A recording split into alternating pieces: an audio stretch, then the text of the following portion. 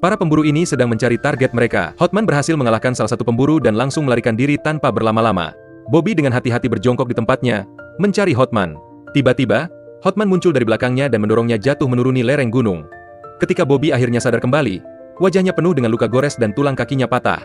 Tepat pada saat itu, Joko datang. Ternyata dia mengenakan rompi anti peluru sehingga selamat dari serangan Hotman sebelumnya. Melihat Joko, Bobby mengira punya harapan. Dia segera menawarkan uang $5 juta, memohon agar diantar ke markas para pemburu. Namun, Joko masih dendam karena Bobby telah menggunakannya sebagai perisai. Dia mengeluarkan pisau pendek dan menghabisi Bobby. Setelah selesai, ketika Joko bersiap untuk pergi dengan senjatanya, Ucok tiba-tiba muncul di hadapannya. Dia melihat darah di tubuh Joko dan bertanya apa yang terjadi. Joko dengan santai berbohong, mengatakan bahwa Hotman membunuh Bobby lalu membuangnya ke jurang, dan dia telah berusaha menyelamatkannya. Itulah mengapa tubuhnya berlumuran darah. Mendengar cerita Joko, Ucok tidak percaya.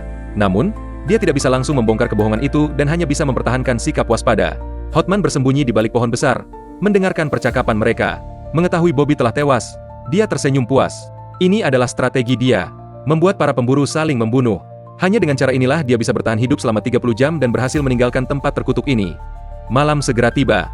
Ayu dan Mulyono sedang bermesraan di villa. Ketika mereka sedang asyik mesra, Ucok masuk sambil menyeret mayat Bobby dan menjelaskan situasinya secara singkat. Ketiganya memutuskan untuk membunuh Joko, atau mereka sendiri akan menjadi korban berikutnya.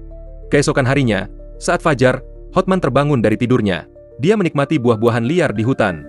Saat itu, proyeksi hologram Ayu muncul, mengumumkan bahwa dia hanya perlu bertahan 6 jam lagi untuk bertahan dan mendapatkan kebebasannya kembali. Ayu menggunakan alat komunikasi untuk menyebarkan berita kematian Bobby. Dia berencana untuk melakukan short selling saham perusahaan Bobby, dengan harapan segera menjadi miliarder. Namun, saat tengah bersukacita, dia tiba-tiba menginjak ranjau yang dipasang Joko. Dia langsung merasakan ketakutan dan berteriak memanggil nama Joko. Joko berjalan keluar dengan santai. Ayu segera mengangkat senjatanya, mengancam Joko untuk menjinakkan ranjau tersebut. Namun, Joko tiba-tiba mulai berbicara tidak karuan. Ayu tanpa ragu menembakkan 3 tembakan ke arahnya. Joko cepat-cepat berlindung di balik pohon dan menyatakan kesediaannya untuk membantu menjinakkan ranjau. Kemudian, dia perlahan mendekati Ayu. Namun, Ayu malah menariknya dan memaksanya untuk menginjak ranjau sebagai pengganti dirinya. Setelah kembali menguasai situasi, Ayu meminta Joko memberikan setengah kekayaannya sebagai imbalan untuk menyelamatkan hidupnya. Joko hanya bisa setuju. Ketika Ayu bersiap untuk menjinakkan ranjau, dia tiba-tiba menginjak ranjau lain. Joko mengeluarkan remote control dan mengatakan bahwa hanya satu ranjau yang benar-benar akan meledak, jadi mereka harus bertaruh. Mengabaikan protes Ayu, dia menekan tombol pada remote.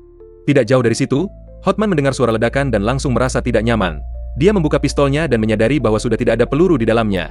Joko juga menemukan Hotman yang bersembunyi di balik pohon.